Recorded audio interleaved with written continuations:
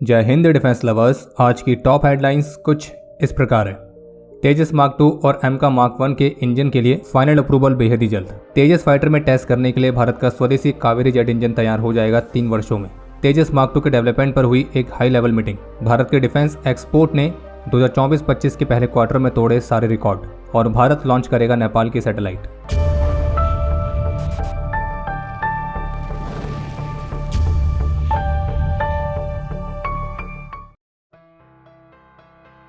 Economic times की report के मुताबिक अगले 6 महीनों के अंदर भारत और अमेरिका अपने बीच के जेट इंजन वाले डील को अंतिम रूप देने के लिए तैयार हैं और इस डील के तहत जनरल इलेक्ट्रिक की तरफ से उनकी बिड सबमिट कर दी गई हैं और अब टेक्नोलॉजी ट्रांसफर को लेकर जो निगोशिएशन है वो शुरू किया जाएगा। बाकी जैसे कि पहले की रिपोर्ट से बताया गया कि इस डील में 80% तक का टेक्नोलॉजी ट्रांसफर रहने वाला है और इसी के तहत करीब 99 जनरल इलेक्ट्रिक के 414 INS-6 इंजन भारत में HAL लाइसेंस के तहत मैन्युफैक्चर करेगी। बाकी रिपोर्ट में कहा गया कि ये जो डील है ये भारत सरकार से अप्रूवल मिलने की अपनी फाइनल स्टेज में और इस डील के तहत जो इंजन भारत में बनेंगे तो वो तेजस मार्क 2 के साथ साथ शुरुआत के एमका मार्क 1 फाइटर्स को भी पावर देने के लिए इस्तेमाल किए जाएंगे। और बाकी इकोनॉमिक टाइम्स की रिपोर्ट के मुताबिक तेजस मार्क 2 के इंजन के साथ साथ तेजस मार्क 1 फाइटर्स के लिए 97 एडिशनल जेट इंजन की बिड को भी सबमिट कर दिया गया है। और जबकि इसी बीच भारत के स्वदेशी कावेरी जेट इंजन प्रोग्राम को लेकर भी एक महत्वपूर्ण रिपोर्ट देखने को मिली है। जो GTRE है वो अगले 3 वर्षों के अंदर तेजस के ट्रेनर वेरिएंट में स्वदेशी कावेरी जेट इंजन को डेमोन्स्ट्रेट करने की तैयारी कर रही है और बताया गया है कि कावेरी इंजन के इस डेमोन्स्ट्रेशन फ्लाइट में 83 किलो न्यूटन तक के थ्रस्ट को अचीव करने का गोल रखा गया है और अगर ये डेमोन्स्ट्रेशन फ्लाइट कंडक्ट होती है तो निश्चित रूप से ये भारत के लिए डिफेंस सेक्टर में एक बहुत बड़ी उपलब्धि होगी। तेजस मार्क 2 को लेकर अब कुछ ऑफिशियल अपडेट्स देखने को मिले और वो भी खुद DRDO की तरफ से। तो अपडेट यह है कि कल DRDO ने अपने ऑफिशियल एक्स हैंडल से एक पोस्ट की थी जिसमें बताया गया था कि DRDO भवन में LCA मार्क 2 डेवलपमेंट प्रोग्राम की एक high level review meeting conduct की गई थी। इस मीटिंग में DRDO chairman, deputy chief of air staff और ऐसे अन्य सीनियर ऑफिशियल्स मौजूद थे और इस मीटिंग के दौरान तेजस मार्क 2 प्रोग्राम से जुड़े हुए सभी सीनियर ऑफिशियल्स ने इसके डेवलपमेंट स्टेटस को प्रेजेंट किया था और इसका पहला प्रोटोटाइप कब तक तैयार हो जाएगा तो इन सभी योजनाओं के बारे में भी बताया गया। हालांकि DRDO की पोस्ट में इन प्लान्स के बारे में क्लियरली तो मेंशन नहीं किया गया, लेकिन संभावना यही जताई जा रही है कि तेजस मार्क 2 का पहला प्रोटोटाइप 2026 तक अपनी पहली उड़ान के लिए तैयार हो सकता है। बाकी तेजस मार्क 2 के 3D रेंडर इमेज को भी शेयर किया गया था और जबकि टॉप मीडिया रिपोर्ट्स के मुताबिक तो इस हाई लेवल मीटिंग में ये पता चला है कि अगले 2 महीनों में ही LCA मार्क 2 का पहला प्रोटोटाइप बन जाएगा और जबकि 2025 तक ये पूरी तरह से रोल आउट होने के लिए भी तैयार हो जाएगा और ऐसा करके संभावना है कि इसकी पहली उड़ान उसके अगले साल यानी कि 2026 तक कंडक्ट की जाएगी। बाकी ये मीडियम वेट कैटेगरी का फाइटर जेट होने वाला है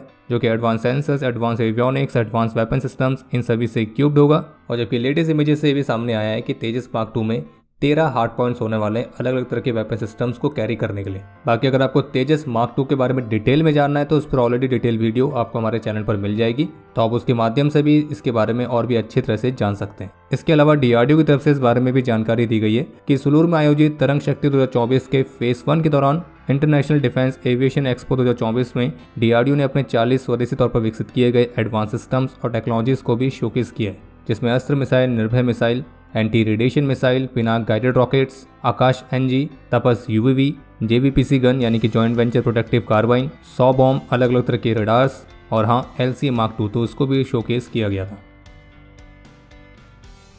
आज जम्मू कश्मीर के अनंतनाग में आर्मी, जम्मू कश्मीर पुलिस और CRPF ने स्पेसिफिक इंटेलिजेंस इनपुट के आधार पर एक जॉइंट ऑपरेशन लॉन्च किया था और अभी जिससे में हमें वीडियो रिकॉर्ड कर रहे हैं तब तक आई ऑफिशियल स्टेटमेंट्स के मुताबिक इस ऑपरेशन के दौरान आतंकियों के साथ कॉन्टैक्ट एस्टैब्लिश हुआ था, फिर जिसके बाद एक मुठभेड़ होने की रिपोर्ट भी सामने आई, लेकिन इसी मुठभेड़ में हमारे 2 जवानों के घायल होने की रिपोर्ट है। बाकी फिलहाल अभी ये जो ऑपरेशन है जारी है। बाकी इस पर जो भी अपडेट्स रहेंगे हमारे अगले डिफेंस अपडेट में आपको उसकी जानकारी मिल जाएगी और क्विक अपडेट्स के लिए आप हमारे ऑफिशियल टेलीग्राम चैनल से जुड़ सकते हैं। बाकी जम्मू कश्मीर से जुड़ा हुआ एक और अपडेट है कि जम्मू कश्मीर पुलिस ने सुमोरों के संगठन जैश के 4 सुमोरों की स्केचेस को रिलीज किया है और उनमें से हर एक सुमर के सर पर 5 लाख रुपए तक का इनाम है और ये वही सुमर है जिन्होंने कायरतापूर्ण तरीके से हमारे वीरों पर घातक हमला किया था और इस हमले में हमने अपने 5 आर्मी जवानों को खोया था और इन चारों को आखिरी बार कठुआ डिस्ट्रिक्ट की हायर रीचेस में देखा गया था। बाकी इनके बारे में पुलिस को जो भी जानकारी देगा तो उसकी पहचान गोपनीय रखी जाएगी। बाकी इसके अलावा कुछ अपडेट बांग्लादेश से भी सामने आए हैं, अब जहां पर माइनॉरिटी हिंदुओं ने उन पर हो रहे अत्याचार के खिलाफ एक पीसफुल प्रोटेस्ट शुरू किया है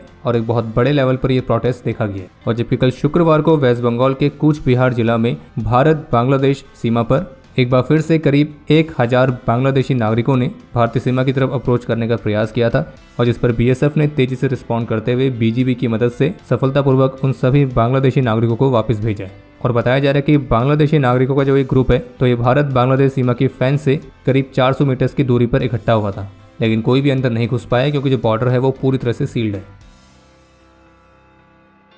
2024-25 के पहले क्वार्टर तक भारत का जो डिफेंस एक्सपोर्ट है तो वो पिछले फिस्कल ईयर के पहले क्वार्टर के कंपैरिजन में 78% बढ़ा है। यानी कि 2023-24 के क्वार्टर वन में हमारा डिफेंस एक्सपोर्ट हुआ था 3885 करोड़ रुपीस, वहीं 2024-25 के पहले क्वार्टर में हो चुका है 6915 करोड़ रुपीस और इसमें से 60% डीपीएसयू से है और 40% प्राइवेट इंडस्ट्रीज से। बाकी इसके अलावा एक महत्वपूर्ण अपडेट यह है जिसमें भारतीय विदेश मंत्रालय की तरफ से स्टेटमेंट जारी करके बताया गया है कि भारत नेपाल की मुनाल सैटेलाइट को लॉन्च करने में मदद करेगा। ये जो मुनाल सैटेलाइट है इसे नेपाल के स्पेस स्टार्टअप ने स्वदेशी तौर पर विकसित किया है और अब ये सैटेलाइट इसरो के PSLV लॉन्च व्हीकल की मदद से जल्द ही लॉन्च की जाएगी और इस मुनाल सैटेलाइट के लॉन्च में मदद करने के लिए एक MOU भी आज साइन कर दिया गया है। और ये जो MOU है ये न केवल नेपाल को उनके स्पेस एम्बिशंस को पूरा करने में मदद करेगा बल्कि इससे भारत और नेपाल के बीच टेक्निकल कॉपरेशन, स्पेस कॉपरेशन तो इनमें भी मजबूती आएगी और ये जो कदम है भारत की नेबरहुड फर्स्ट पॉलिसी को भी रिफ्लेक्ट करता है।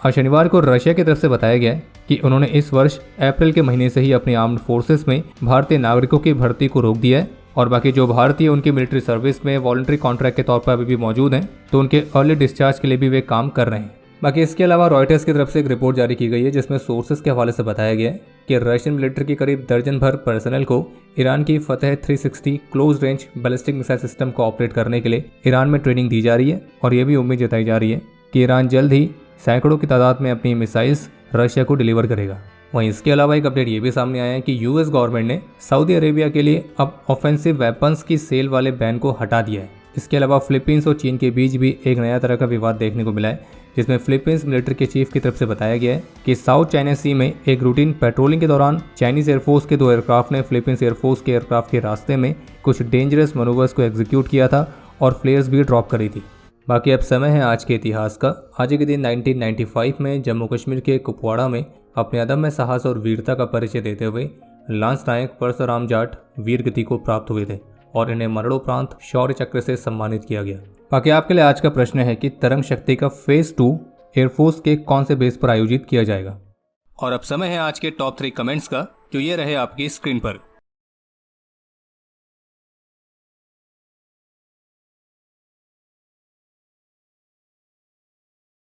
तो हमारे आज के इस एपिसोड के लिए इतना ही। उम्मीद है आपको एपिसोड पसंद आया होगा। पसंद आए तो वीडियो को लाइक जरूर करें। कोई भी सुझाव या सवाल हो तो उसके लिए कमेंट सेक्शन ओपन है। और बाकी अगर आपको मिलिट्री से संबंधित और भी एक्सक्लूसिव कंटेंट में दिलचस्पी है तो आज ही डाउनलोड करें डिफेंस स्क्वाड की सुपर ऐप। बाकी अगर आप चैनल पर पहली बार आए हैं तो सब्सक्राइब जरूर करें। हम जल्दी मिलेंगे नए एपिसोड के साथ, तब तक के लिए